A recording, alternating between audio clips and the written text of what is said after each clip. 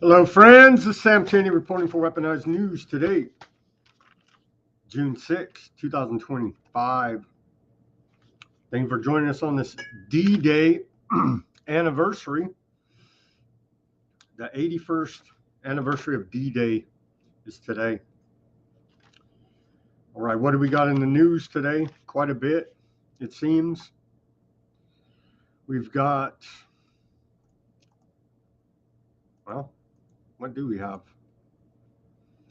This just, Musk just, as the Musk-Trump feud continues, like an hour before, Musk is calling for a third party in America. I don't know. Is it going to make a difference? The ins and outs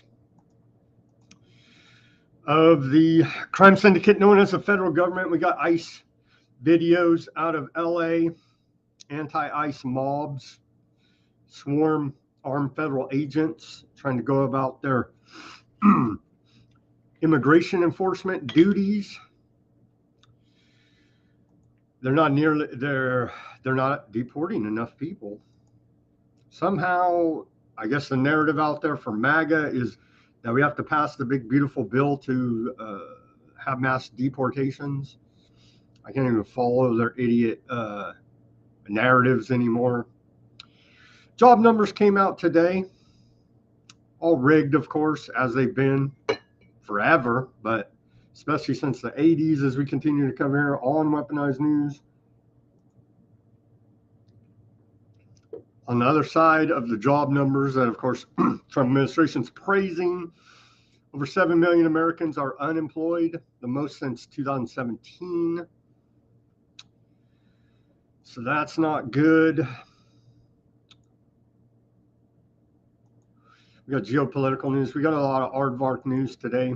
We got some stories that we weren't able to get to yesterday because we had our great guest, Jeff Dornick, on of Pickaxe, a alternative to social media for you. We've got FBI, Kash Patel. He did a big interview on Joe Rogan show. Patel says that the FBI seized Anthony Fauci's phones and hard drives. What's going to come of this? He also denies that there's any blackmail material on the event, and that the FBI doesn't have any blackmail material of Epstein. He wasn't blackmailing anybody. I don't know. We'll get to that. Sadly, we've got Bobby Kennedy Jr. selling cell and gene therapy after the cell and gene therapy roundtable yesterday. We have video of it. We continue to track the landmark case. It's broken in the mainstream. This is from Tuesday, but it is significant.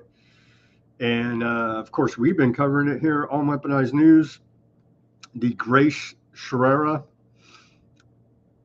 case there about a wrongful death case in Wisconsin, suing the healthcare provider Ascension Health. I'll play you the report from local CBS News there. So it has broken into the mainstream, which is good. A lot of Aardvark news. Little Russia. Apparently Russia, very quietly, I didn't see many reports about it, but apparently Russia has retaliated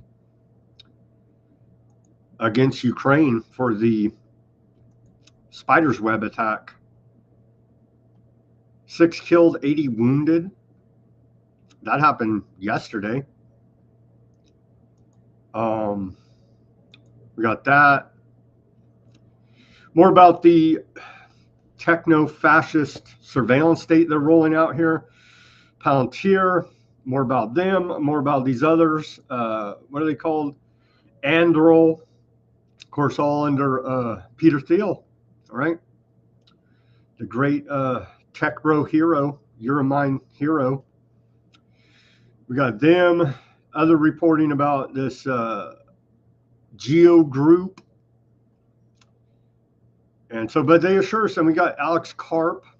We got video of Alex Karp, CEO of Palantir, responding to the big New York Times article that exposed them and calling into question, hey, what are you guys doing with all this data?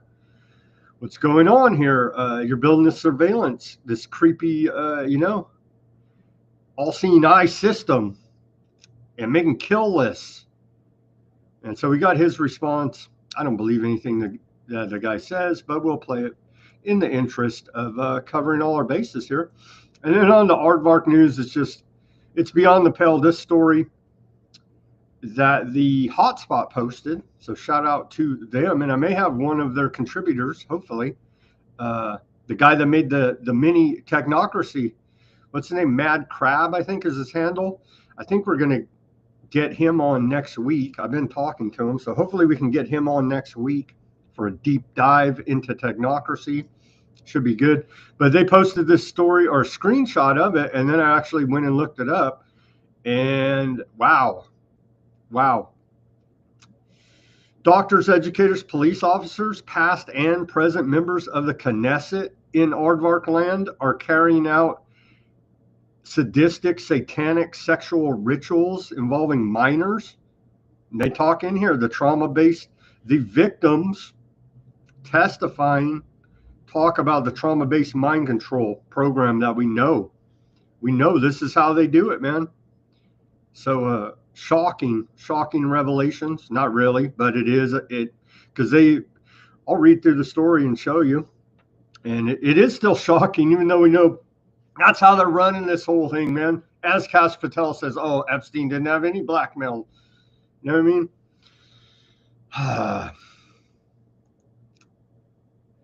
Aardvark land bombing the hell out of Lebanon. UK is having a crisis of conscience, it seems. Covered their reaction to the genocide over there in Aardvark land.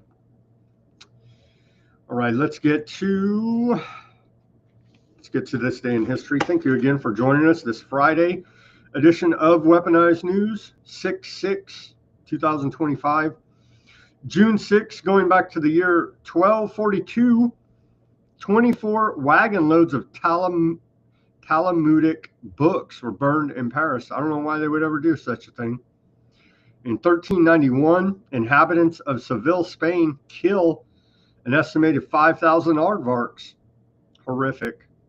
In 1536, Mexico begins its Inquisition, and we're noticing a trend of big fires on this date. But before that, in 1716, French transport the first black slaves to Louisiana. In 1752, the third Great Fire in Moscow in 2 weeks destroys a third of the city. In 1795, fire destroys a third of Copenhagen, injuring 18,000 people estimated there. In 1844, YMCA formed in London by George Williams. In 1889, another fire here, Great Fire in Seattle, destroys 25 blocks of the downtown city there. In 1919, Finland declares war on the Bolsheviks. In 1934, the Securities and Exchange Commission was established. In 1944, D-Day, Operation Overlord, was launched by America in Normandy, France. In 1949, an ominous prophetic vision, Orwell's novel 1984, was published. Isn't that where we're at now? I don't think he imagined all of this technocracy, as bad as it is, but a pretty good vision of the future, published by Eric Blair, pen name George Orwell, in 1949. It was a prophetic it was a prophetic vision of the world of the future dominated by three vast totalitarian, ideologically driven geopolitical forces: Oceania, Eurasia, and East Asia. We were always at war with East Asia. We were never at war with East Asia. And he goes over the social engineering mind control techniques of the authoritarian state. Orwell's vision of societies where there is no personal freedom has had a profound impact on political thinking and the English language. The novel introduced the term Big Brother to the English language, along with Newspeak, Orwellian doublethink, thought crime, Ministry of Truth, and Memory Hole. And haven't we seen all that play out in real life? Indeed, we have. The novel is considered by many to be the greatest political novel of the 20th century, and not just an anti-communist work. Orwell's life and writings make it clear that he was equally concerned about the trend in liberal democracies as well. Orwell is also famous for his short allegorical novel Animal Farm, about totalitarian societies.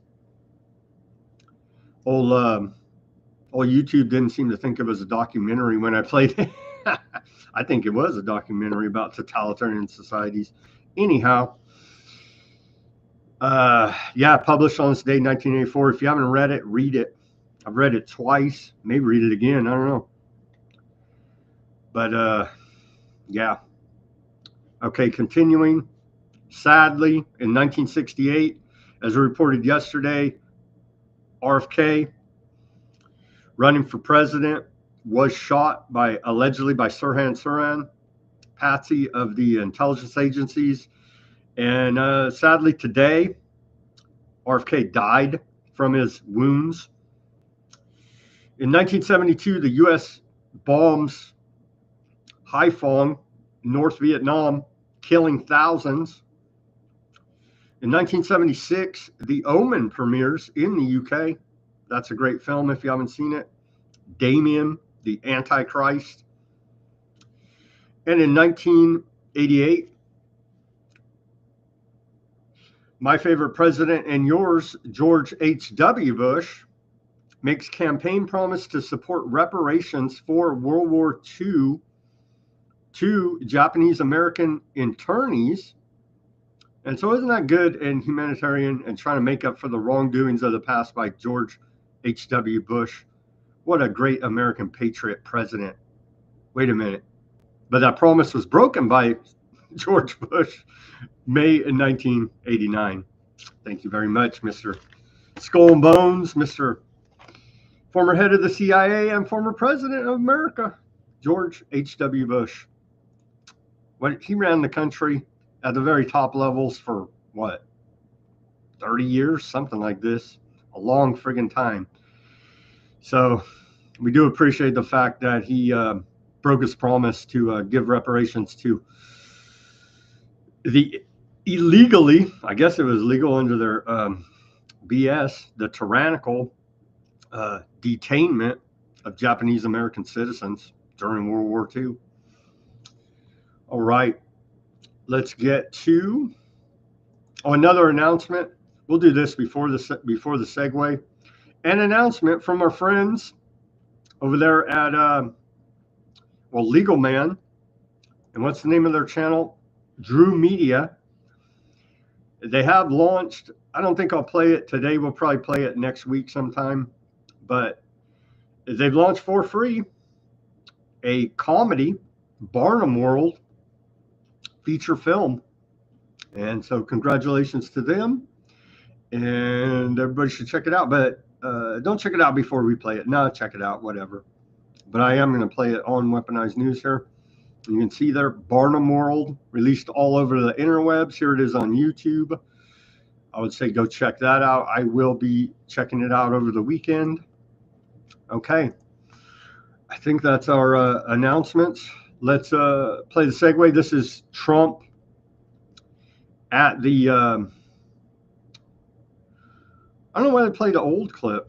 Anyway, this is Trump in Normandy, I guess because it was actually at the spot in 2019 on the 75th anniversary of D-Day.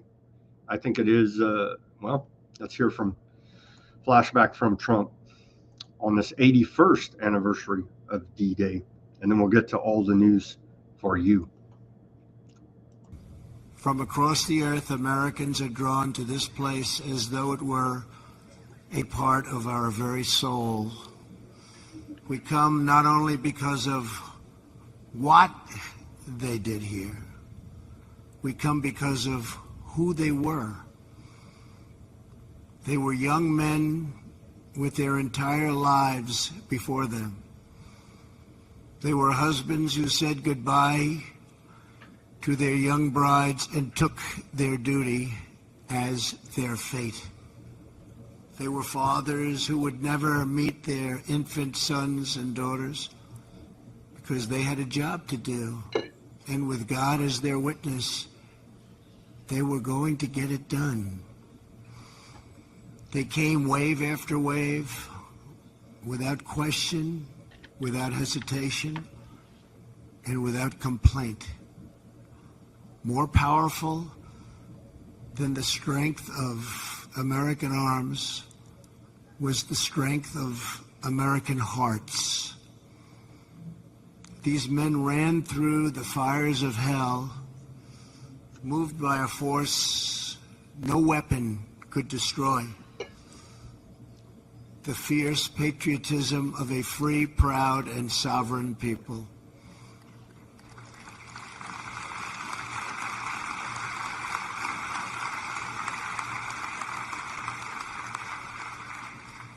They battled not for control and domination, but for liberty, democracy, and self-rule. They pressed on for love and home and country, the main streets, the schoolyards, the churches, and neighbors, the families and communities that gave us men such as these. They were sustained by the confidence that America can do anything because we are a noble nation with a virtuous people praying to a righteous God. The exceptional might came from a truly exceptional spirit. The abundance of courage came from an abundance of faith. The great deeds of an army came from the great depths of their love.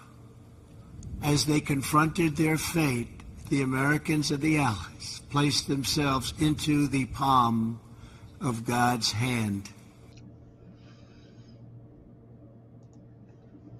I think that was pretty good by Trump.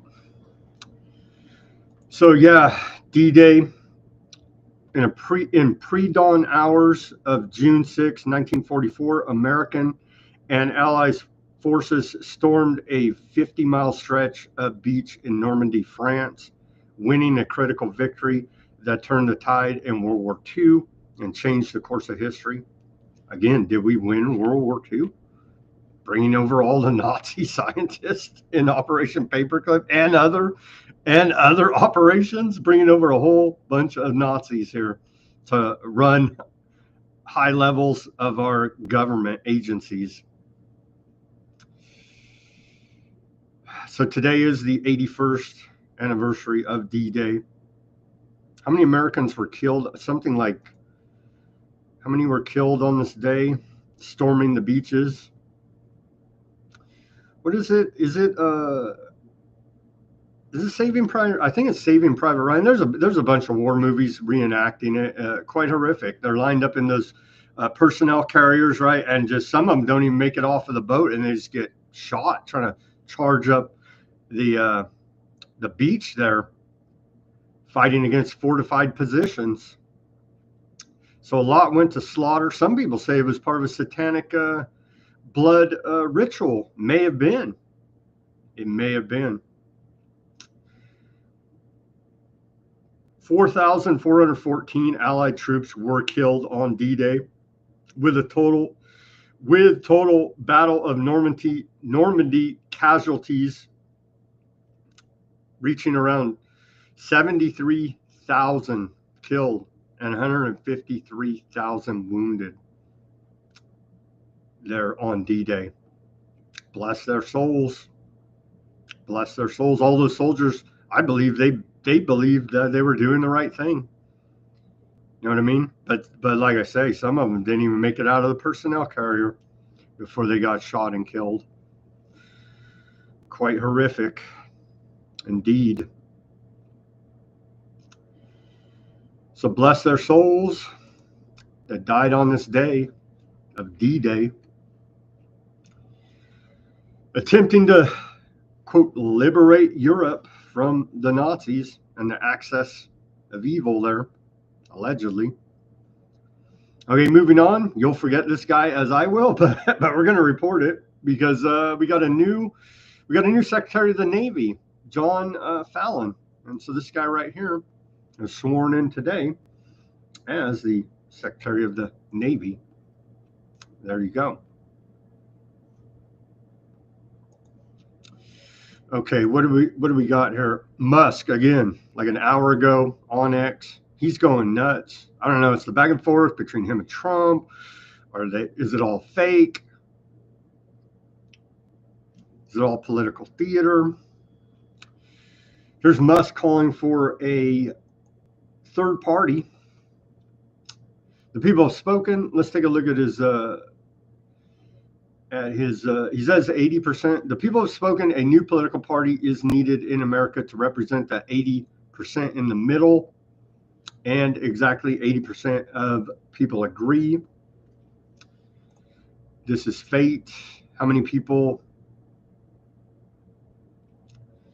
5,600,000 some odd. You can see right there, voted in his poll on X. And 80%. Is it time to create a new political party in America that actually represents the 80% in the middle class? 80% voted yes. Well, is it going to be led by Mr. Transhumanist tech bro, alleged richest man in the world that knows the plight of the common man, the 80% in the middle? Is it going to be led by Elon Musk? You know what I mean? Like, seriously? Really? You know that he has mine and your best interest at heart, right? But that's what, I don't know, maybe I guess he's off of MAGA train. He's going to try to start his own political party. I don't know. That's what he's implying here. We jump on with the, why doesn't he just call it the Transhumanist Party? Let's be 100% honest about what is really going on here. I know, but he is our tech bro, right? Take your brain chip and just be happy. Own nothing and be happy and take your brain chip, I suppose. Okay, continuing, the Transportation Secretary, Sean Duffy, who made millions on insider knowledge.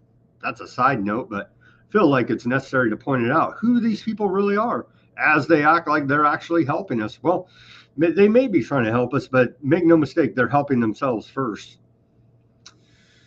But he says the Sean Duffy here, Secretary of Transportation, says, my first action as Transportation Secretary was to launch a review of the Biden Buttigieg, happy Pride Month, Mr. Buttigieg, fuel economy standards that made it harder to make and buy cars in America. Today, U.S. Department of Transportation is pleased to publish the rule explaining what the last administration broke the law. It was a backdoor way to force automakers and consumers to accept battery-powered cars, or as they call them, electric vehicles. As a result, the cost of new cars shot up 15% in just the last 4 years. Under President Trump's leadership, we're getting back to the basics by rolling back the Green New Deal agenda and making vehicles more affordable and easier to manufacture in America. Well, thank you, government, for that. So he says right here, they broke the law in the Biden administration. Go arrest them. But yet no one gets in trouble. Here it is. they broke the law. Last administration broke the law. Explaining what the last administration broke the law. Arrest them. No one gets in trouble. So I guess we can have gas-powered cars. I don't know. I didn't even read the whole thing, honestly. But they're rolling back regulations. So I guess it's good. We'll have to dig deeper into this. Gang members, child predators, and suspected members of Al-Qaeda all taken off the streets in recent days by ICE. Fox News, the War Channel, tells us. Let's watch this short report. What else do they say? They say 77 million Americans voted for this. This is propaganda coming out of the White House. The One Big Beautiful Bill will provide the resources to finish the job. Well, I believe that they could finish the job without the One Big Beautiful Bill. You're taking a look at just some of those arrests. According to ICE, as an entire group, they have been convicted of 473 crimes, among them 8 documented gang members, 11 convicted child predators, and you have a criminal alien who illegally entered the United States 21 times. In Philadelphia, ICE recently arrested this suspected Al-Qaeda member previously released into the U.S. by the Biden administration in March of 2023. So whoever did that in the Biden administration, Mayorkas, a bunch of the rest of them, go arrest them. Look. Nothing happens to these criminals, the government. So ICE says that this is propaganda coming out of the Department of Homeland Security, making America safe again. Record ICE arrests on Tuesday, 2,267 arrests. On Wednesday, 2,368 arrests. Still not enough. Not enough there. Not enough. Here's video out of LA. Anti-ICE mob swarms armed federal agents in LA as they detain illegal aliens. Let's watch this clip. Do you think they're still bringing more people out? Is that what they're setting up for here? I think they're just trying to get the rest of the agents out. This is mostly FBI at this point that are here, and they were probably collecting additional evidence from inside and just making sure that all their agents were out of the building before they dispersed. So we are seeing a couple more agents that are making their way out of the building. As far as people that are being taken into custody, I believe for the most part, the people that they were targeting inside the building have been taken into custody and were taken away in those vans, and now it's just a matter of the remainder of the investigators and agents to leave the location. So, and that's what we're seeing here. They're starting to kind of wrap things up here. So I feel that this is going to basically wrap up here within the next several minutes, and ultimately we'll see the crowd kind of disperse, but it's It was quite a crowd. You saw everybody had their phones out recording the ICE heavily armed. No reports of violence that I saw there. Okay, the big jobs report. As we continue to report here on Weaponized News, all data coming from the government is a lie. Sorry to tell you. No different under the Trump administration than it's been since the 80s, early 80s, when they changed the calculation. A bunch of different calculations on unemployment, on inflation, on consumer price index. Go down the list of your major economic indicators, and they totally rigged them up, as is shown on shadowstats.com. You can go there. They're now charging, which I don't blame them, honestly, because they are highly skilled over there at shadowstats.com to crunch all of your economic data and give you some realistic numbers. And so you can see right here, as I mention a lot, because I do appreciate what it's like, what it's really like. Of course, this is old data, right? But you get the picture. Shadow Stats data, you can see the real data, the real numbers, And then you go to, the official government number, U3 for unemployment. You see that? There's like, I don't know, a 20% gap there between the lies the government tells us and reality. I don't know. But they're cheering on. Of course, the Trump administration is cheering on today. 139,000 jobs added to the economy in May. Unemployment rate held steady at 4.2%. Tell me more lies. I just love being lied to about the economy. Over 7 million Americans are unemployed, the most since 2017. Why it won't get better anytime soon. Oh, we love government lies here and corruption on Weaponized News. And yeah, you can see the spike there in the medical intervention period. But yeah, you can see it's been consistent around 7 million. Dipped a little bit there, but yeah, not good. Not good with AI threatening to take a bunch of jobs. Let's hear from Musk again now. Musk lays out why our current government spending and national debt are not sustainable. I don't disagree with him on this point.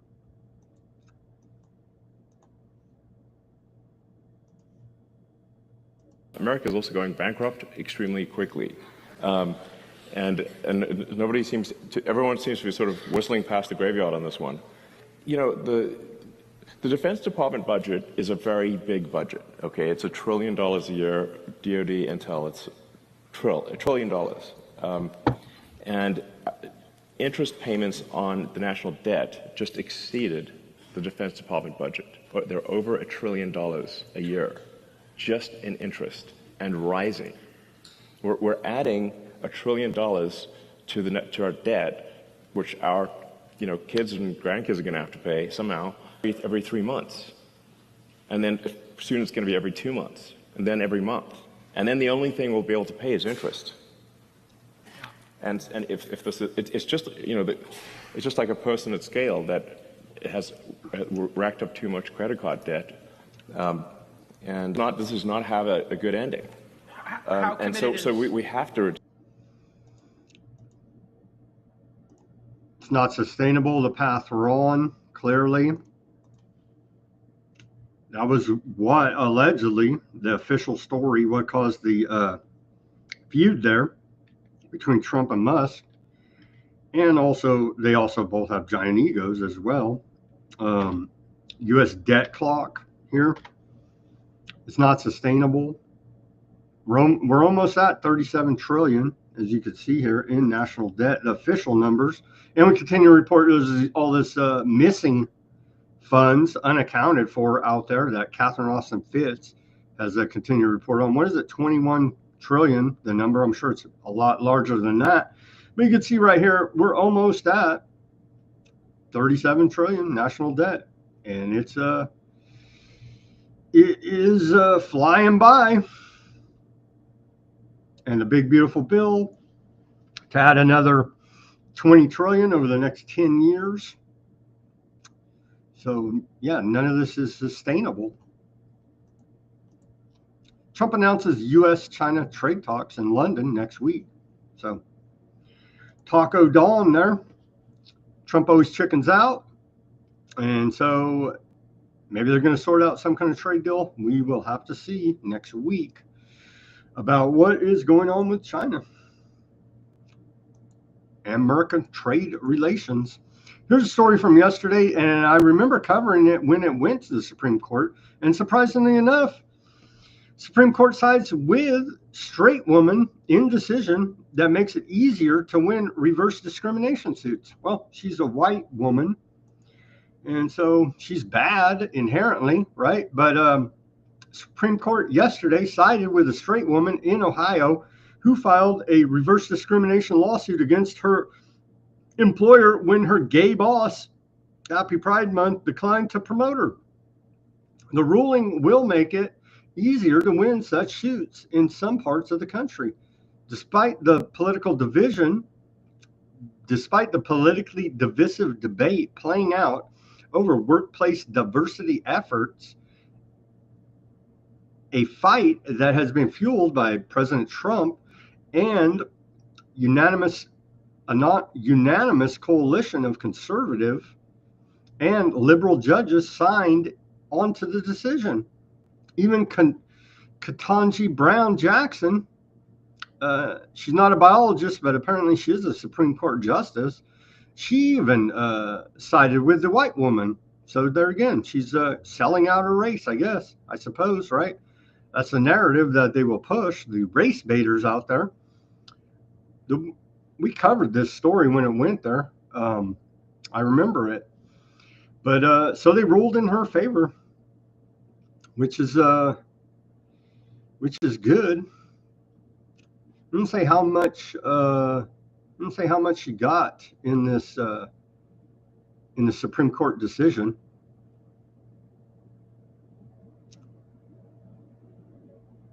The court made clear that this case is not over, so I'm sure they will appeal. But surprisingly, unanimous decision out of the Supreme Court about reverse discrimination against white women. They're bad, though, so, you know. Okay.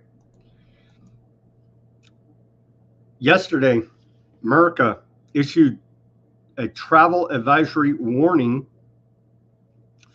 Do not travel to these countries, America says. The State Department, let me put it on the screen, as if, why would you want to go to any of these countries? I don't know. They're shitholes, right? Like Trump said.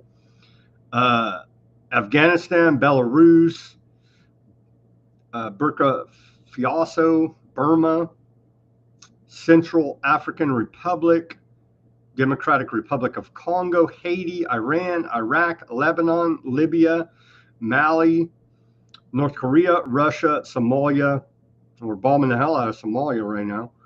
South Sudan, Syria, Ukraine. Yeah, you wouldn't want to go to Ukraine right now. That's for damn sure. Venezuela and Yemen. So there you go. Public service announcement there for Americans. Don't go to these countries. You'll likely not have a very good time there as an American.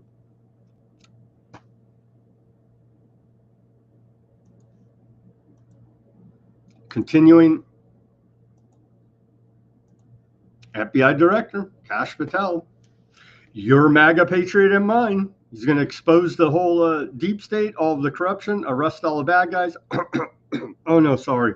He's actually jumped right on board with the status quo and apologies for the corrupt government. So he's a Fed. Would we expect anything different? Never trust the government. Never trust the Feds. Here is old Kash Patel on Joe Rogan yesterday. He says the FBI, or this article says the FBI Director Kash Patel announces bat breakthrough after seizing Anthony Fauci's phones and hard drives. They're going after your favorite doctor and mine, Dr. Anthony Fauci. So isn't this hateful by Kash Patel? Let's play the short clip here. I mean, we just had a great breakthrough this week on Fauci. So Senator Rand Paul, Senator Kennedy, and I hate naming names because I always forget people, are doing a great job with us on COVID origins. And we've got multiple investigations open on that. But they had always been looking for Fauci's original phone, or not original, but phones and devices he used while he was Fauci back in Trump 1 during COVID. And nobody had found it till 2 days ago. Really? Yeah. Now, look, your audience and everybody listening to it shouldn't jump to the conclusion everything's in there. We'll look at it. We'll pull it. We'll rip it, as we say. And maybe it's deleted. Maybe it's not. But at least we found it. And at least maybe it's deleted. Maybe it's not. It's deleted. The FBI will make sure of that.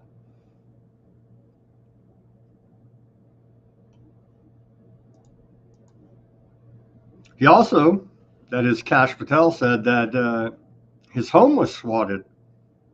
FBI director's home was swatted, he said. I don't know how that works. Can we believe anything these guys say? I don't know. I have a hard time believing anything they say, honestly. Here's a segue to our public health section. Aforementioned in the headline, we'll get to Bobby Kennedy Jr. selling us cell and gene therapy, but here is old Macri. I don't even know. I can't even pronounce the guy's name. Head of the FDA, talking about cleaning up the formula there. Cleaning up infant formula, which has sugars, corn syrup, and seed oils. Well, that's all health food. Ask Fauci.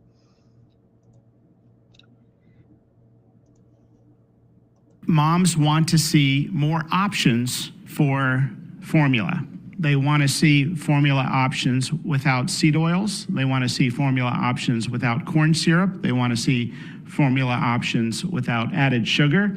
And some of those are already on the market, and in other spaces, we, as a regulatory body, can help facilitate some of that innovation. There are people who are concerned about the heavy metal levels in formula. And I think foremost to this entire conversation, we have to acknowledge that we all want the same thing. There are no malicious actors, and we have to see the best in everybody. And this should not be a us versus them with any stakeholder group or any innovator, developer, or company out there. This is an expert forum to ask, how can we think collectively about what's best for some of the most vulnerable in our nation? Gandhi once said that the true measure of any society can be found in how it treats its most vulnerable members, our seniors and our children. Well, we know that's who they target because they're the most easy to target and terminate. He says they're not malicious actors. It was a mistake, an honest mistake, to put heavy metals in your baby's formula. So no one will get in trouble when it's a clear eugenics operation. Okay, here's the aforementioned. Very sad, honestly. I'm sad to even have to play this for you, but we have to. Here's Bobby Kennedy Jr. and the rest of the health department. What has he got there? He's got CMS, FDA, NIH, HHS, as they had the cell and gene therapy roundtable. And here is Bobby Kennedy Jr. Bless his father's soul. Died today in 1968. But here he is selling us on cell and gene therapy. So watch the clip.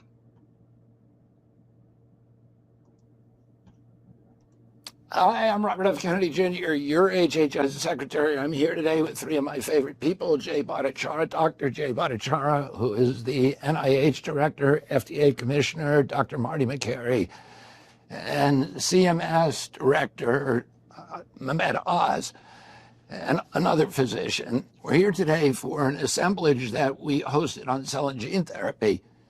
And part of the purpose of this was to assure the community that we are absolutely committed to keeping the United States as the hub of the world of biomedical research. Under our leadership, we're going to make sure the United States of America is the center, remains the center for cell and gene therapy research, for biomedical research in the globe. We also understand that this kind of research is absolutely consistent with the MAHA agenda. These are technologies that cure disease.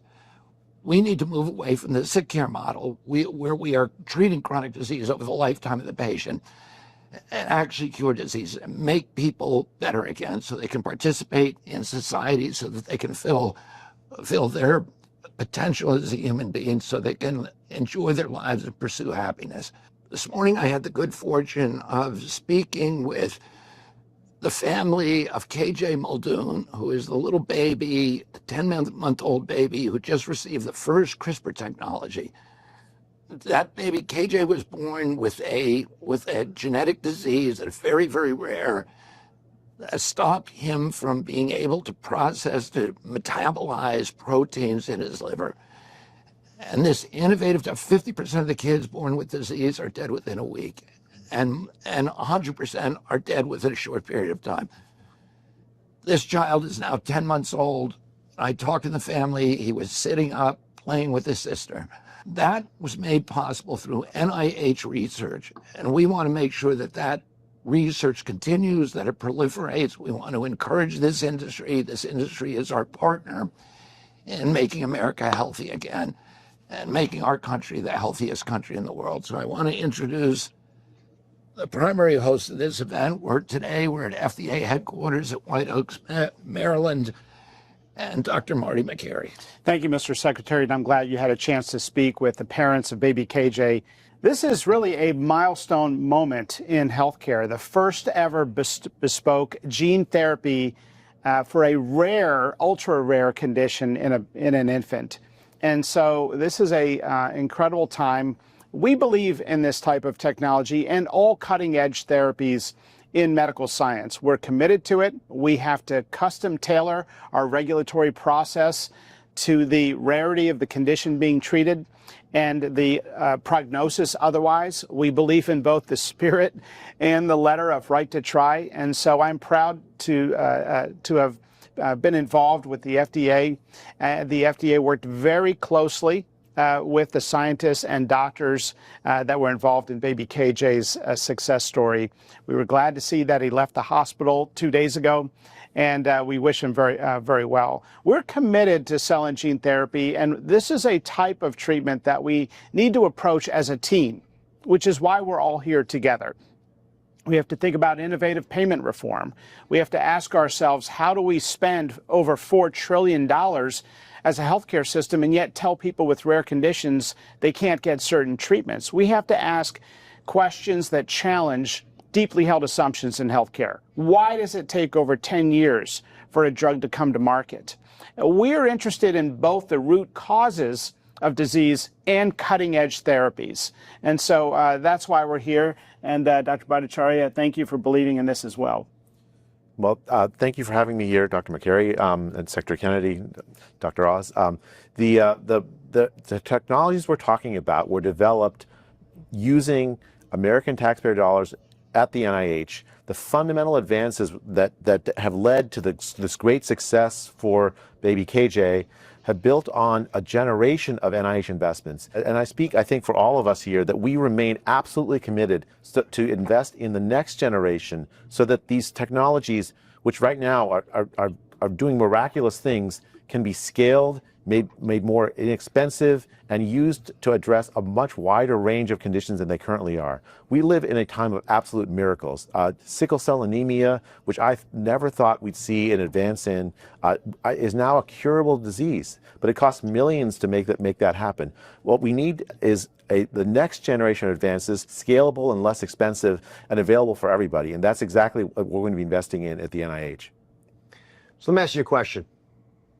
What's a better business model? Is it making a pill that people have to take every single day to treat a chronic illness or manage symptoms, but every day for many, many years? Or is it curing the problem by understanding the root cause and investing significant amounts of capital and technology to actually deal with that issue and curing the ailment so it doesn't actually have to be treated in the future?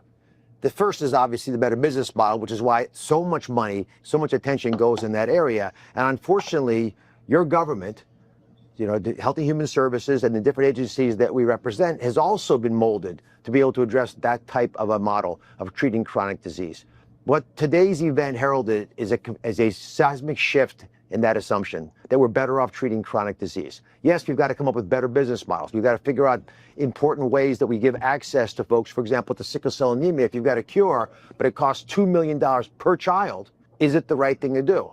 We would all argue yes, because ethically, it's important to save lives. That's our calling. That's part of our Hippocratic oath. But it turns out financially, it's a wise move too, because those children will still live with sickle cell anemia, costing the system maybe $10 million, but they're living in pain, chronically being readmitted, and it's a pathology that is horrible to live through. So if we can cure it, we should treat it. But how do we create a business model that makes sense? How do we create an insurance process that works, gives access to these children? And now we actually have that at our fingertips. But it will only happen if you integrate Health and Human Services and the different agencies within it, which is why having the NIH research concepts that will lead to root cause solutions and cures is so valuable. And focusing in that direction is a shift that Dr. Bashari has been able to catalyze. Marty McCreary has the challenge of looking at these ideas that are going to be applied to several children, not hundreds of thousands or millions of children, and saying that's a good place for us to do research. And those trials show results that we think as a nation we should get behind. And my challenge is to figure out how to make sure that we have the financial wherewithal and a business model that works to make sure we can do the ethically wise thing and morally uplifting thing, but at the same time take care of the American taxpayers' money. It doesn't happen without a Secretary of Health and Human Services that has cojones, is that the right word? that has the intestinal fortitude to stand up and say what needs to be said about a change, a fundamental change in how we treat disease in America. And by getting brilliant researchers into a room and giving them the confidence and oh my gosh. Take your cell and gene therapy, help that little baby do your CRISPR gene editing. That's what's coming, man. That is what is coming. And so that's why we had to play that. It is significant that they're announcing this. And there's your Maha crew rebuilding public trust in the health department by selling us cell and gene therapy. On to this sad case. Let's play the report. Again, the wrongful death of Grace Sharara there in Wisconsin. It broke through to the mainstream, surprisingly enough. Here is local Channel 5 CBS News with a report about it in Wisconsin, from Wisconsin. Landmark trial in the wrongful death lawsuit of Grace Shara, a 19-year-old with Down syndrome, began today in Appleton. Local 5 Samantha Petters has the details. The civil trial where Grace Shara's family is suing Extension St. Elizabeth Hospital began Tuesday with opening statements wrapping up in the morning. 19-year-old Grace Shara died at Extension St. Elizabeth Hospital in Appleton in 2021 after contracting COVID-19. The plaintiff argued that Grace went into respiratory distress due to medications she was provided, not COVID-19. Only then did the family discover a do not resuscitate order. Instead of recognizing another life-threatening situation, reducing the medication costs to the problem, like they've done twice before, this medical team of Dr. Shukar and Nurse McGinnis did the opposite. The defendant contends Grace's condition deteriorated naturally beyond their control. We believe the evidence will show that Dr. Shokar's care and treatment of Grace Shara on October 12th and 13th of 2021 met the standard of care. Her parents claim the hospital administered several medications, Precedex, lorazepam, and morphine, and issued the DNR order without their consent, ultimately leaving. What happened in the report? That's not good. Well, you see right there the end of life medicines. What happened to our report there? But yeah, part of the protocols that we've extensively reported here at Weaponized News. See if I can load this thing again. And here's the second part. Hopefully it's not buffering. Her mother, Cindy Shara, was emotional as she reflected on Grace's kind and adventurous spirit. She was so talented when it came to coloring, and she would leave notes around our house and send notes to people, and she learned how to play violin. She was a dancer. She was an actor. She loved to be in plays, our homeschool plays. The wrongful death case includes claims of medical negligence, violation of informed consent, and battery. The hospital denies these claims. This case is the first to challenge COVID-19 as a listed cause of death, and the trial is expected to last up to 3 weeks. In Appleton, I'm Samantha Petters, Local 5 News. There you go. Well, she was most vulnerable. Young lady with Down syndrome, victim of the protocols there. So if the family wins this case, it's going to open up a whole lot of claims by family members that were victims of the protocols. So this is a major case here. We'll keep following it and reporting it as it goes on. Bless her heart there. You know what I mean? It's just, we know what they did. We know what they did. We've covered it extensively here at Weaponized News, firsthand testimony from many families about what went on during the medical intervention period. Quite horrific. Continuing here, Vietnam drops 2-child policy amid demographic concerns. I didn't even know that Vietnam had a 2-child policy, but apparently they did. And they've now dropped that 2-child policy, eugenics policy. So good for them. Vietnam on Tuesday scrapped its nearly 4-decade policy of limiting families to 2 children, a Vietnamese birth rate, as Vietnamese birth rates continue to drop. The older population increases, and officials warn of long-term risk of demographic decline for the economy, defense, and fabric of society. And we're seeing, of course, experts are baffled, right? Why we're seeing this decrease in infertility rates. Well, we're not baffled here at Weaponized News because we've extensively reported on exactly what is the major cause that's been introduced in the last 5 years or 4.5 years, however long it's been since the miracles came on the market. We've covered it extensively, documented it up one side, down the other. But good for Vietnam getting rid of their eugenics 2-child policy there. And with that, before we get into the second half of the show, let's take our live commercial break right now. And again, this always reminds me of Barry, because he would always remind me and say, time for the commercial break. I've been trying to get a hold of the guy, man. I can't get a hold of him. I don't know what to do. You know what I mean? I don't know what else I could do. I've been texting him, calling him, emailing him, nothing. So hope, Barry, if you're out there, I hope you're doing all right, man. Get back to me and let me know that you're doing okay, so I could let everybody else in the chat know that you're doing okay, as well as many people have showed concern. So with that, everybody go to Weaponized News and get some stickers.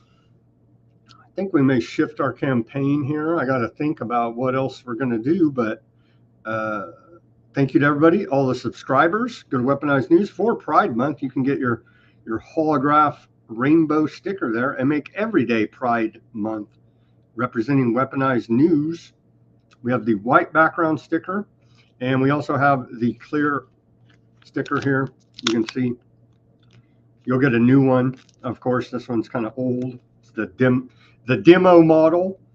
So here's all 3 stickers available at weaponizednews.com. You can give us a donation as well. We take cash gifts. You can give us Bitcoin as well. In the description is our Bitcoin address. And so help support independent journalism and reporting on the interwebs at Weaponized News.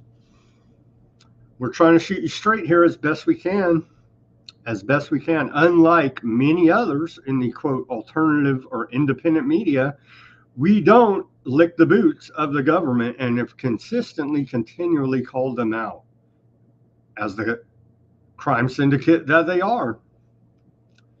So if you appreciate our independent reporting, please help us out with some financial help, buy a sticker, represent, put it on your laptop, your guitar, your bumper, your work locker, or just simply give us a donation. Again, thank you to the subscribers that we have out there that are helping pay some of the bills.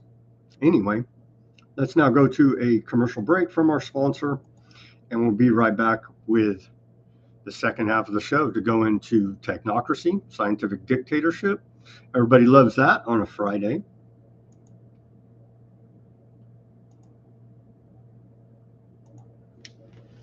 Running a small business feeling overwhelmed by numbers and paperwork? Abazaba Enterprises has your back. Our expert business solutions include accounting, QuickBooks support, payroll, taxes, and top-notch consulting. Let us handle the details so you can focus on growing your business. Business Solutions Accounting, QuickBooks, Consulting, Payroll, Taxes. Call 559-577-9250. Call Abazaba Enterprises today at 559-577-9250 for stress-free solutions. And we're back. Welcome back to Weaponized News, Friday edition on this June 6, 2025, 81st anniversary of D-Day. On to the technocracy. It's coming fast, hot and heavy here now. This story came out yesterday. I didn't have time, but I think it was we should probably be covering such happenings as Amazon testing humanoid robots to deliver packages. Tech firm is building humanoid park in America to try out robots which could spring out of its vans. So isn't this exciting? I look forward to a robot delivering my Amazon packages, right? That is weaponized, of course it would be, and also has your termination orders programmed into it by Palantir and others. And so won't this just be a joyous occasion? You think you got your whatever package from Amazon, and they terminate you instead. And so I could see that coming into the future very soon here now. But of course, I'll be called an extremist conspiracy theorist. And of course, this could never happen, right? And so, yeah, Amazon has more than 20,000 Ravilions in the U.S. and has placed one of the vans in the humanoid testing zone. According to a report, once it has tested the robots in the humanoid park, it plans to take them on field trips in the real world where they will attempt to deliver packages to homes. So isn't this exciting? Terminator's going to come right to your front door. Very exciting indeed. Right before, I saw this break right before we came on the air here. Supreme Court grants DOGE access to confidential Social Security records. The order, for now, overturns actions that limited DOGE's access to sensitive private information. Well, isn't this wonderful? Thank you, Supreme Court, for helping further the technocracy. In a separate case, the court said DOGE didn't have to share internal records with a watchdog group. And so isn't this good of the Supreme Court to go ahead and sign off on allowing DOGE to hand off all of our Social Security numbers, medical and healthcare, medical and mental health records, and family court information. Anything and everything about you, handing it over to Palantir. Isn't this just wonderful? The vote was 6-3 with the conservative super majority ruling in favor of the DOGE team. Well, thank you, conservatives, for signing us up for the high-tech surveillance police state for early termination. It's very good of them, very conservative indeed. Continuing here, this article came out a few days ago. It goes into more detail, not the failing New York Times, but how the U.S. is turning into a mass techno-surveillance state. Well, it's conservative, it's MAGA, it's wonderful. And so Trump and his former star advisor, Musk, have accelerated the deployment of a vast technological infrastructure that monitors the lives of millions of people. So here's some paranoid conspiracy theorist guys too. This outfit, El Paz. The system is focusing on immigrants for now, and see, don't they use it? Don't they use it? Of course, we got to get our illegals in line here, but don't you worry. When they're done with the illegals, they're coming for you and me. Don't you worry. Massive unauthorized scanning of social media, analysis of biometric, income, health, and social security data, interception of telephone communications, geolocation via mobile devices, tracking of car journeys using license plate readers. Since Donald Trump returned to the White House, the United States government has been using these and other tools based on artificial intelligence to monitor and persecute thousands of people without judicial authorization. Mostly illegals, mostly immigrants, foreigners passing through, or students. In the last 4 months, Trump and his former star advisor, Elon Musk, have, along with private sector, accelerated the deployment of a massive techno-surveillance state. Well, that's MAGA. It's making America great again. It's for our own good.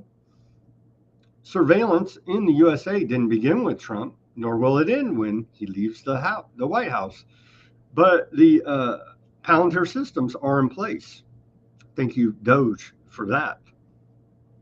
Companies like Palantir, Anduril, and Geo Group are providing Washington with digital tools to build the entire surveillance infrastructure. Yeah, they're just doing it to get the illegals, right? They would never turn that against us, would they? Huh? Don't be paranoid. Don't be a conspiracy guy. The government loves you, they say. Right? Right? Washington officially, we're going to get to this, recognizes that simply finding anti-Semitic activities on a feed, such as protesting the genocide in Gaza, is enough for authorities to deny asylum or citizenship. U.S. officials are also being encouraged to report their colleagues if they detect any, quote, anti-Christian bias, according to an executive order issued by Trump in February. Using social media surveillance to intimidate, harass, alienate, deport, imprison, or arrest is antithetical to many of the principles on which democracy is founded.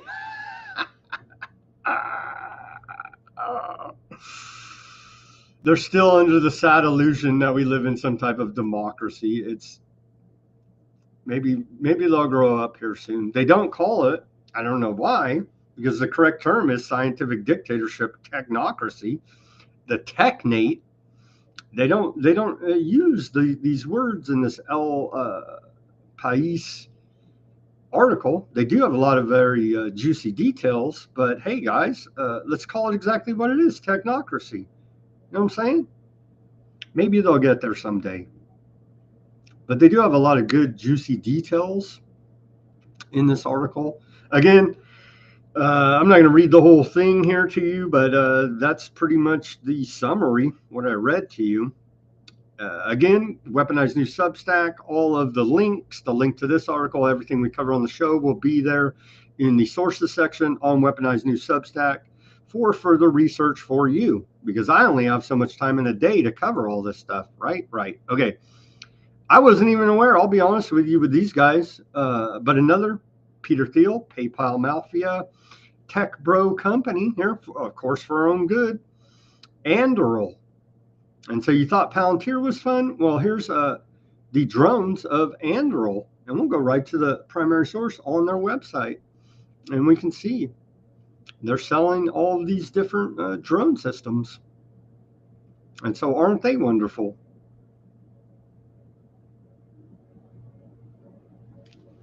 Isn't this wonderful? You can just launch a drone rocket right out of a little box.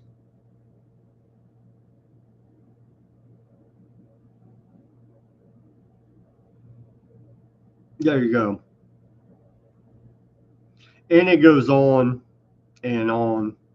Go check out their website. Very nice, fancy website. But yes, indeed, they're part of the technocratic surveillance state, i.e. technocracy here. Another player there for people to look into. Anduril. And then back to our favorite, Palantir, who apparently control California's energy grid, according to their own website. Who knew? I went there and did my own research and found that indeed they brag about it on the Palantir website. Well, let's go there first. You can see right here, our partners. Fourth largest economy in the world, allegedly California. The two major energy providers right here, Southern California Edison and PG&E, are both running Foundry software from Palantir. You see the problem here? The CIA is running the fourth largest economy in the world's energy grid. Do we see a problem here? No, it's all fine. They love us. It's America first, right? Right. WikiLeaks. What has old WikiLeaks been up to lately? Well, WikiLeaks posted Trump versus Musk, the Palantir presidency? ? President Trump is deepening his alliance with Palantir, the surveillance tech giant with ties to Aardvark land and the CIA, just as he threatens to cancel Musk's contracts over the recent fallout around the spending bill. The easiest way to save money in our budget, billions and billions of dollars, Trump posted on Truth Social, is to terminate Elon's government subsidies and contracts. Palantir is building a sweeping AI-driven database of U.S. citizens, integrating government-held data on everything from political activities to firearms ownership. Even within the Trump-aligned America First movement, this direction is raising alarm. You think? Don't be paranoid. It's all for our own good.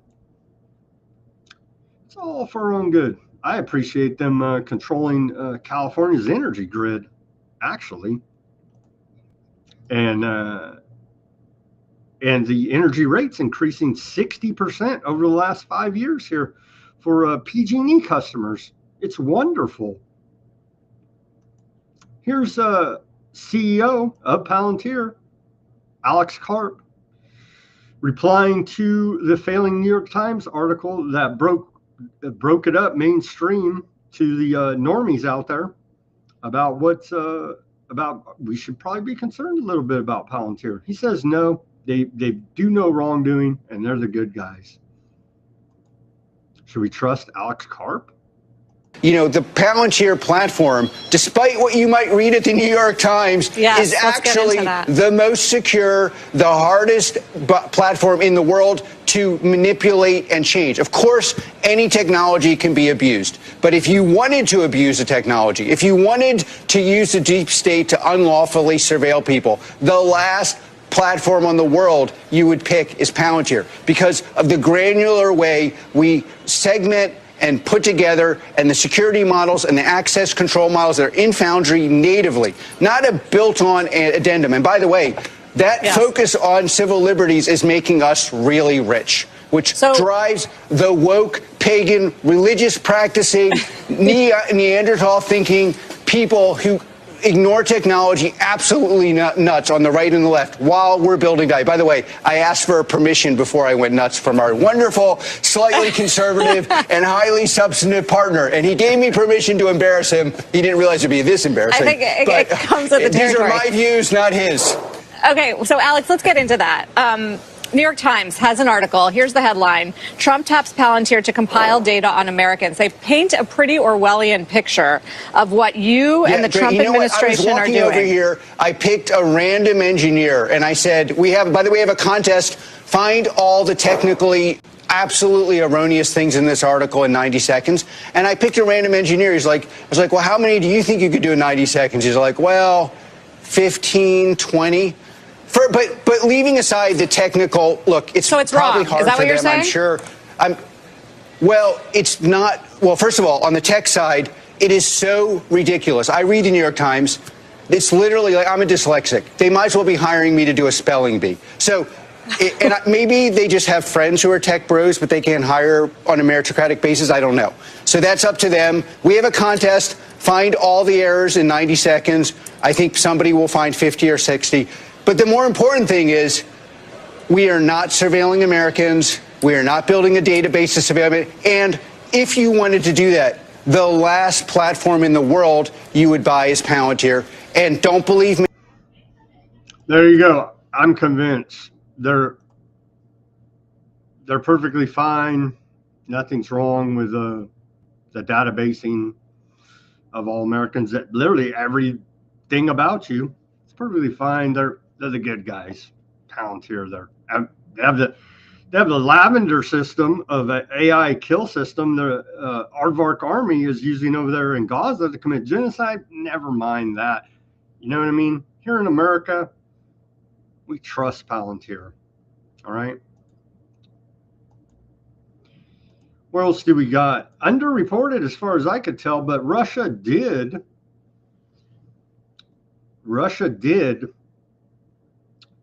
retaliate for Operation Spider's Web against Ukraine. 6 killed, 80 wounded in intense Russian airstrikes that happened yesterday on Ukraine. And so here is Reuters reporting on said retaliation. As we thought, it looked like we were going to get some daylight. They were doing prisoner exchanges. They were, what else did they do? They were proposing a demilitarized zone. And so it looked like steps were going toward a possible ceasefire and a peace deal. And all of that went up in smoke, of course, with Ukraine's drone attack, taking out a third of Russians' strategic bombers there, as we've covered over this week. And so it doesn't look like we're getting anywhere closer to peace now, as they have had diplomatic peace talks in Turkey this last week.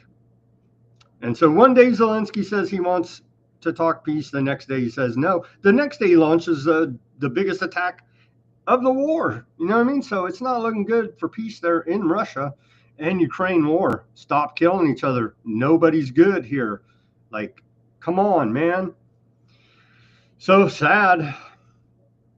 Russia launched an intense missile and drone barrage on Ukrainian capital of Kiev in the early hours of Friday, killing at least 6 people, according to Ukrainian officials. Here's some photos of the damage. And so, yeah, it's not good, man. It is not good at all, the escalation that we've seen there. Okay, here's a funny clip for our Friday with all the, and we'll get to the dark news. I know that's what everybody's really tuning in for, is the dark news about the satanic, sadistic rituals out of Aardvark land, right? But first, let's have some fun. A surreal Cantonese opera titled Trump, the Twin President, hit the stage, blending slapstick politics and chaos. In one scene, Trump fights and shoots Zelensky with a water gun during a dramatized Oval Office showdown. Let's watch the clip.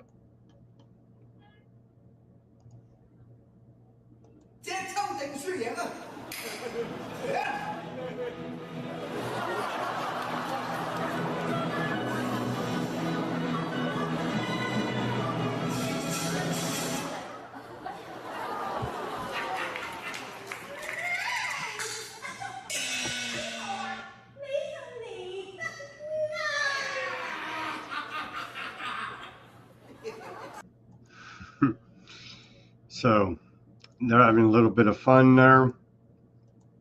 Okay, on back to the serious news. Be Nice to Aardvarks Day also is today, because yesterday, well, it was started yesterday and now it's from now on, because public service announcement, recent attacks highlight elevated threat to aardvarks and the aardvark community. Public service announcement issued by the FBI and the Department of Homeland Security. There you go. Be nice to aardvarks, or they're coming to get you. Didn't I say this was exactly what was going to happen?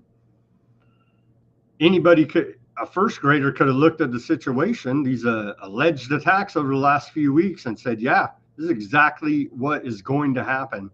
You know what I mean? So FBI, Homeland Security issued this public service announcement to highlight potential public safety concerns related to ongoing threats to the aardvark community.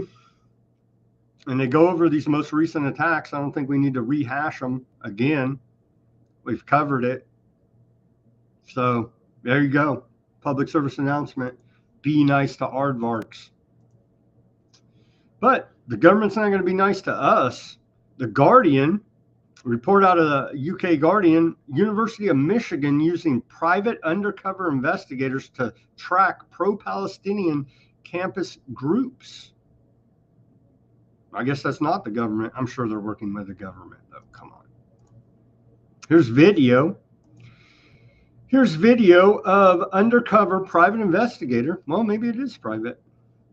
But I'm sure they will share the investigation results with the government because it's a public service, right? As we just covered there. Undercover private investigator hired by the University of Michigan to surveil Palestinian protesters pretends to be disabled after being confronted by a student. Let's watch this clip. Well, now they're picking on disabled guys, these damn Hamas protesters. Are you still handicapped? What's that? What do you want? Hi, how you doing? I didn't know you of them had special needs kids. I didn't know people. Oh, whatever. That was actually really dumb. What was that? I obviously got you now. You too. You got me doing what? I heard you. Step back. You can cover your face. Oh, I'm.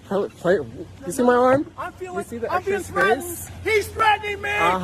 He's threatening me. And this lady, you want to follow me too? He wants my wallet. You're right.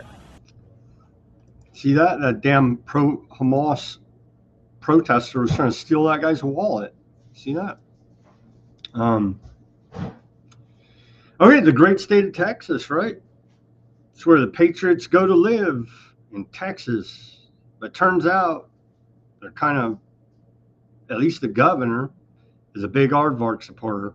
Governor Greg Abbott is backing a measure that would force Texas residents to cough up $4 million in local taxes specifically to fund Aardvark land, despite locals requesting those funds to be spent towards schools and community services. Yeah, come on. It goes to Aardvarks and you don't need any damn services. Go Texas. Let's watch this clip. Well, a town in Texas has over $4 million of its own local tax dollars being sent to Israel. When they audited their books and found this, the town of St. Marcos decided to stop that aid. Now, Governor Abbott, Greg Abbott of Texas, says you actually can't do that. It's against the law. Now, Israel receives billions of dollars in federal aid from the United States government. This local government, for a small town of only 70,000 people, found that their residents were sending $4 million a year. And they said, we actually don't want to do that. We want to send that to our local schools, our fire departments, maintain our roads. And the state is saying, you cannot do that. You must continue to send that money to Israel. Now, this is not quite a cut and dry story. It's outrageous that the governor is saying, no, you need to keep sending your local tax dollars to Israel. and he has his own crazy reasons. But the bill was also a little bit strange, too. This is, again, a town of 70,000 people sending over $4 million per year to Israel instead of the local priorities that they wanted. They drafted a resolution to stop that, and Governor Abbott said, you can't do that because it's anti-Semitism, so they are obligated to send their money abroad to Israel. Here is his tweet about it. And then also he wrote the letter. He says that this is against state law. What law? Well, actually, there is a law in Texas that no government entity may enter into a contract worth $100,000 or more unless it includes a written verification that the entity does not boycott Israel and will not boycott Israel during their term. So this is basically an anti-BDS law on the books. The town, though, the resolution itself is a little above its britches. It's a bit crazy because the resolution of the town calls for a ceasefire negotiation in Gaza. How can a small Texas town do that? And it calls for Israel to remove itself from Gaza. Okay. Again, that's a little insane how a small town in Texas can do this. But what they want to do is try to reallocate their own money. And the governor is saying, no, you can't have your own local priorities. Now, this is not, again, a part of the... Well, there you go. Aardvarks own you, as it should be. Oh, Chloe. Yeah, I hope you are doing well there, Chloe. I see in the chat that Highlands wished you to be feeling better. So I wish you to be feeling better as well. Yeah, so Aardvarks own you. And that's the way it should be because they're under attack, don't you know? State Department sanctions 4 ICC judges for U.S. Aardvark probes. And so if you're at the International Court of Criminal Justice, isn't that what ICC stands for? Yes, indeed. International Criminal Court. Yeah, they own you too. The United States yesterday sanctioned 4 International Criminal Court judges citing investigations into U.S. personnel in Afghanistan and Aardvark leaders. Well, there you go. So, investigate us. We own you.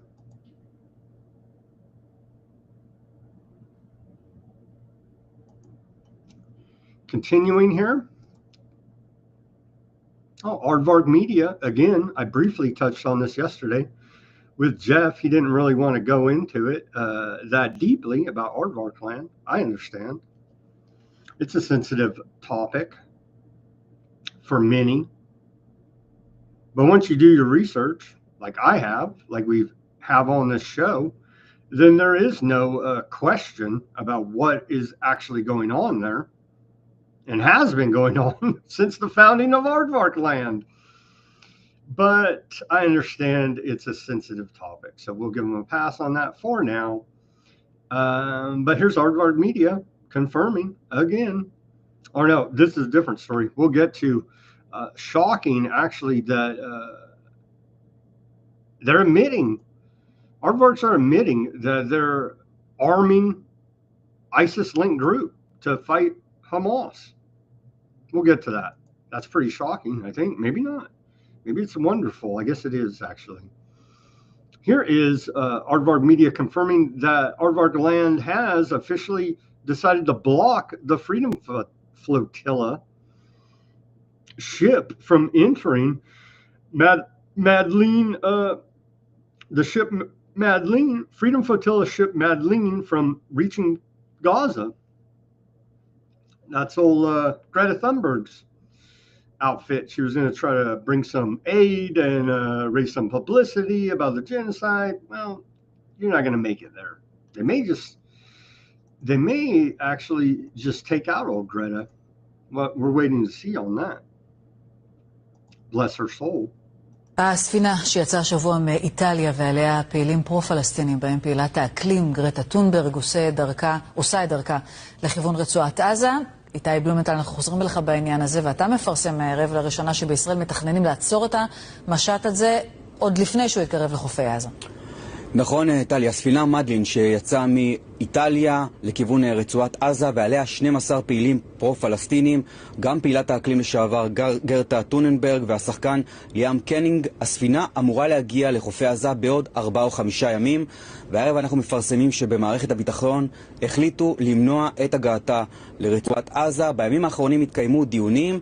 במערכת הביטחון הם אומרים שהספינה לא מהווה איום ביטחוני, וגם שקלו לאפשר לה להגיע לעזה.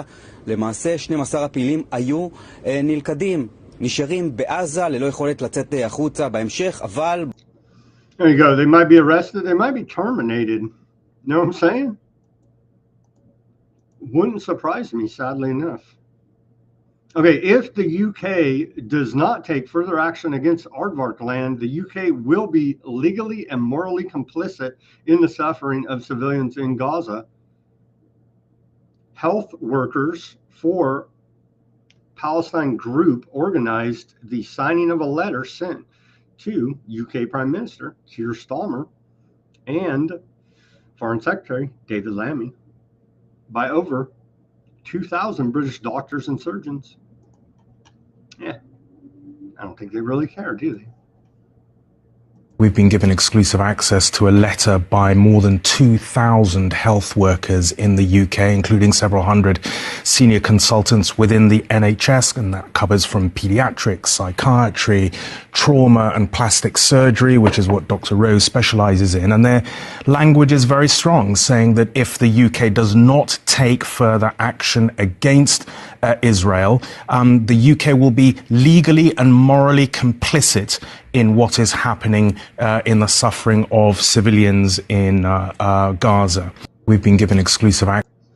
Well, trust your experts, but not in this case, because we have a genocide, ethnic cleansing, and real estate redevelopment project to complete. You see? Sadly, again, stop killing each other. No side's good. 5 Aardvark soldiers have been killed after a booby trap building collapsed on them. So stop killing each other, both sides.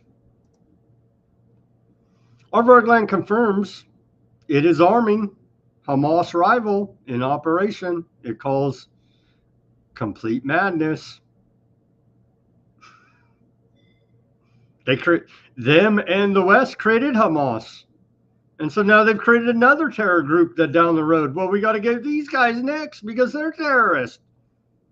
It's beyond the pale, man. This is out of CNN. This broke yesterday. Aardvark land is arming local militias in Gaza in an effort to counter Hamas in the besieged enclave. Officials say. We're talking about the equivalent of ISIS in Gaza. Lieberman said one day later on Aardvark Land's Army radio, adding that Aardvark Land is providing weapons to criminal families in Gaza on Netanyahu's orders.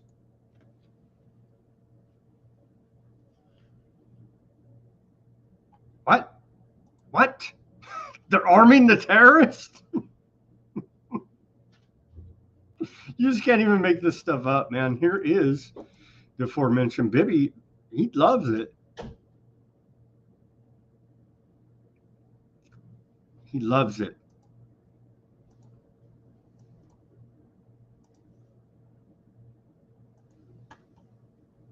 עוד שאלה, רק שאלה. ליברמן פרסם מידע ביטחוני סודי לצרכים פוליטיים, התייחסותך? זה חמור מאוד. כי מה ליברמן הדליף? מה הוא הדליף ופרסם? שבצד גורמי הביטחון אנחנו הפעלנו חמולות בעזה שמתנגדות לחמאס. מה רע בזה? זה רק טוב. רק מציל חיים של חיילי צה"ל. והפרסום של זה עושה טוב רק לחמאס. אבל לליברמן לא אכפת. אתה חושב שיחקרו את זה? אני לא חושב. אבל אם אתה רואה את מה שהם עשו עם הבילד, אז אולי כן. ברור, כי קטר נפל, אז חוזרים לבילד. מחפשים משהו שיהיה... הדיפ סטייט, זה... שאלה עוד שאלה. אף אחד לא מתרשם מזה. מבינים כולם, זה הכל פוליטי. כמו שאמרתי, רואים לכם. שאלה ראש השאלה, המסמך שיצא בבילד פגע בביטחון המדינה כמו שטוענים? לא פגע בכלל, וחשף את המטרות והשיטות של החמאס. אבל זה יחקרו ושמים במעצר וכו'. בהדלפה הזאת, מתוך ועדת משנה של ועדת חוץ וביטחון, אתה חושב שיחקרו את זה? מה אתה אומר? לצערי לא. מה, אתה רוצה להגיד שיש פה אכיפה בררנית? יש פה אכיפה בררנית עמוקה מאוד. קשה להאמין. תודה ראש הממשלה. אני אומר לך, שים את זה רגע בצד, תהנה ממה שיש פה. תראה את המדבר הפורח. נהדר. סומכים עליך ראש הממשלה. תבוא לירוחם.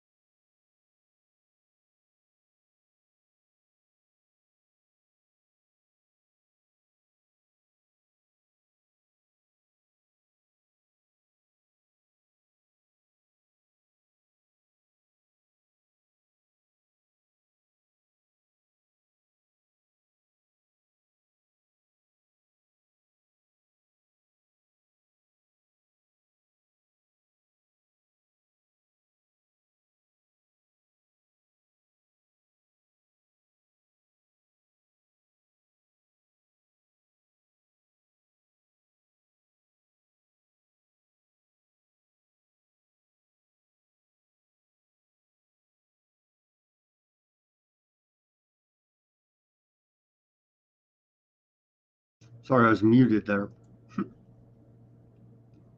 What about the video from the island? Oh, sorry. So you're talking about two different things. Yes. Sorry.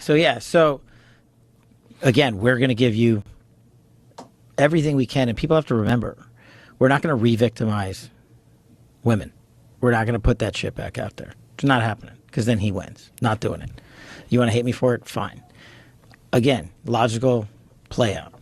If there was a video of some guy or gal committing felonies on an island and I'm in charge, don't you think you'd see it?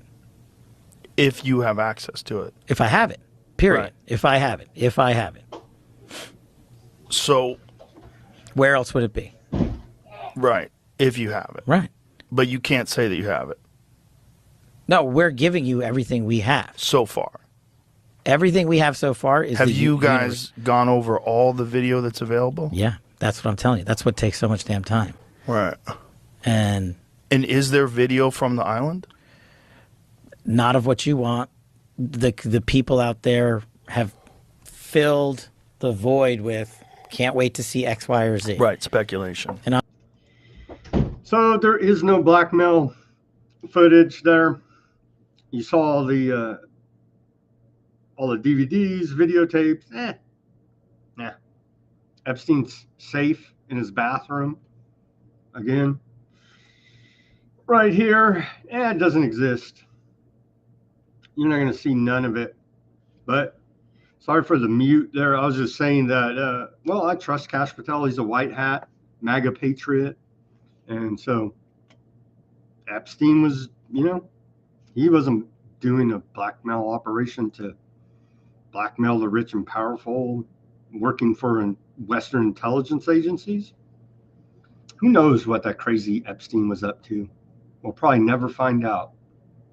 You have dozens of CDs, hard drives, and videotapes were reported at the time of the initial raid.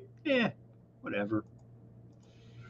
Alan Dershowitz pushing for Trump to pardon Ghislaine Maxwell, as they should. This is Aardvark Appreciation Day.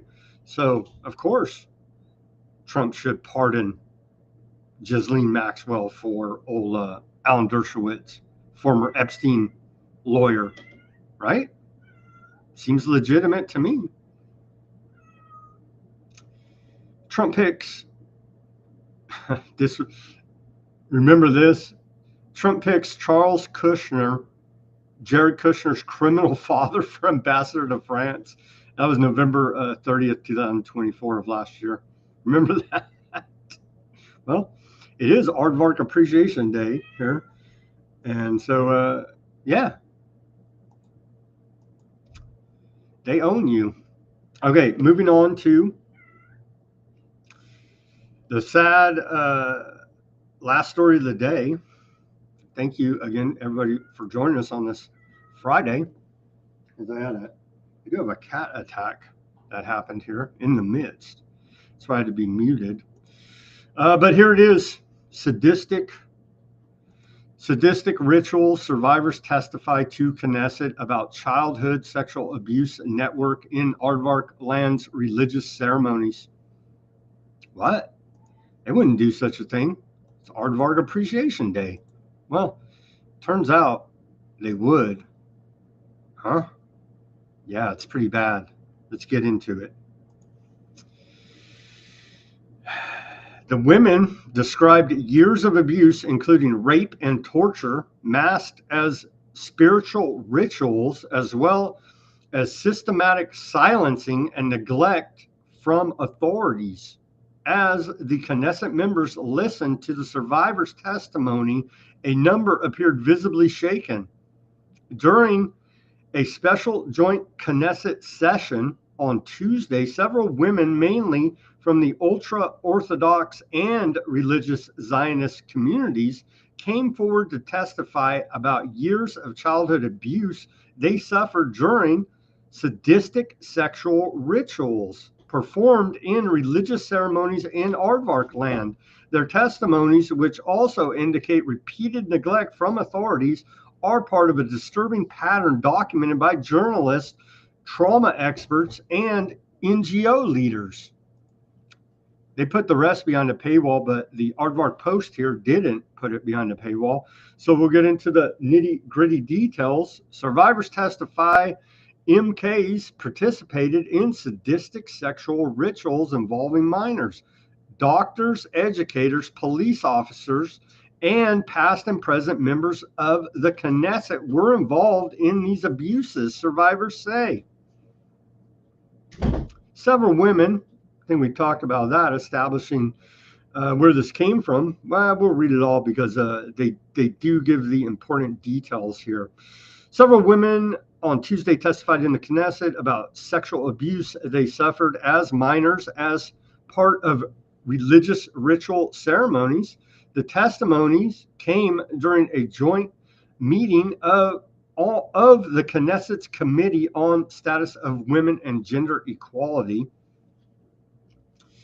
The joint meeting was organized in the wake of an investigation report published on October 2nd by this Aardvark journalist. Right here is the report. Let's see if I can, what did it do? Reset there for me? Sorry about that. Okay. I want to get to the part where it has the juicy details. Yarl Ariel, one of the abuse survivors, shared, quote, I experienced ritual abuse over many years until my late teens and was forced to harm other children. I chose to speak out and make my voice heard. I received threats after revealing my story. From age 5 to age 20, I was harmed in these ceremonies. According to Ariel, she received testimonies from several women who claimed that doctors, educators, police officers, and past and present members of the Knesset were involved in the abuses. So it's systemic, you see, right there.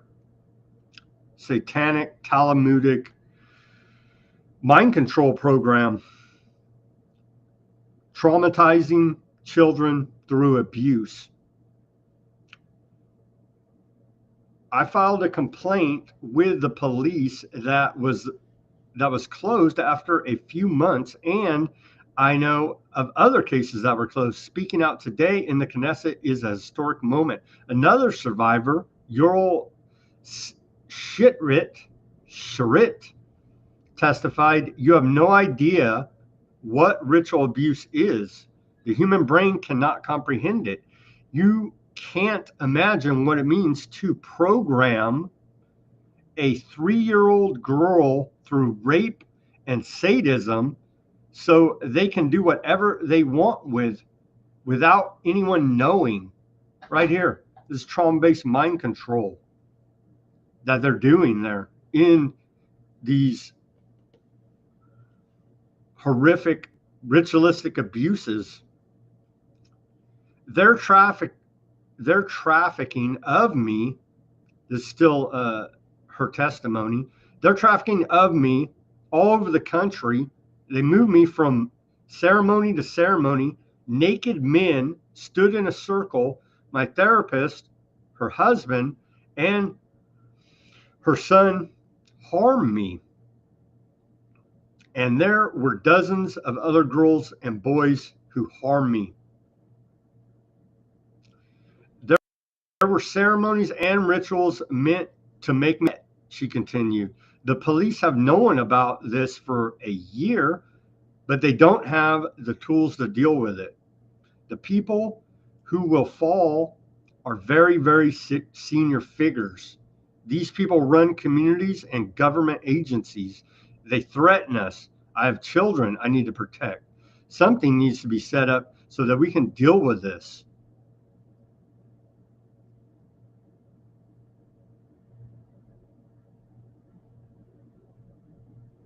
There it is right there. The trauma-based mind control right here. This is exactly the dark occultists that are running the world. This is exactly what they do. You can't imagine what it means to program a 3-year-old girl through rape and sadism so they can do whatever they want without anyone knowing. That's it right there. So sad to report that to you, but indeed that's going on in all governments all around the world that are part of the dark occult. They lay it out right there. So with that, I'm going to sign off, but let's go to the channels first. Quite horrific indeed. Over to the Odysee. Gur, shout out to you. Huffman, shout out to you. AOD, shout out to you guys. A little bit of a chat going on over there on the Odysee. John as well. Thank you guys. They said, is the opposition going to be called the PLO? Maybe they will be called the PLO. Okay, thank you guys for tuning in on the Odysee. The Bitchute. Let's take a look at the Bitchute, see what's going on over there. A few people on the Bitchute. Thank you for tuning in on Bitchute. The Rumble channel. I do see you guys in the chat. Thank you guys for tuning in on the Rumble, chatting it up there, keeping it lively, as always. They say same with the Mormons as this ritualistic abuse. Yeah, it's bad, man. It's real bad. That's exactly what they're doing. And that survivor testified about the trauma-based mind control program that is worldwide here now. That's what we're up against. Thank you for tuning in on the Rumble, the Facebook. Thank you for tuning in on the YouTube, the Kick, the Twitch. So as always, everybody do your own research. Peace, love, and liberty. Speak out and take action. Have a great rest of your Friday evening and week.